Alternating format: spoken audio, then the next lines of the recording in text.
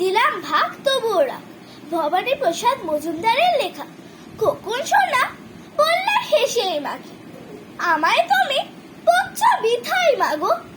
বুঝতে তুমি চাইছো না মা মোটে, মিছেই ভুলে আমার ওপর রাগো। বোনকে আমি ভীষণ ভালোবাসি, মারতে আমি চাইনি মোটেই ওকে।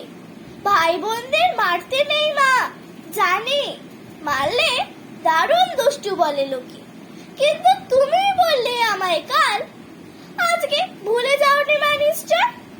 কোনো কিছুই একলা তো নেই খেতে, বোনকে সমান ভাগ দিতে তার হয়। স্কুলে আজ হয়নি পড়া বলে বাংলার স্যার করলেন খুব রাগ, তাই তো সে তাই 1,00,000 মার। ঘরে ফিরে বোনকে দিলাম ভাগ। নমস্কার।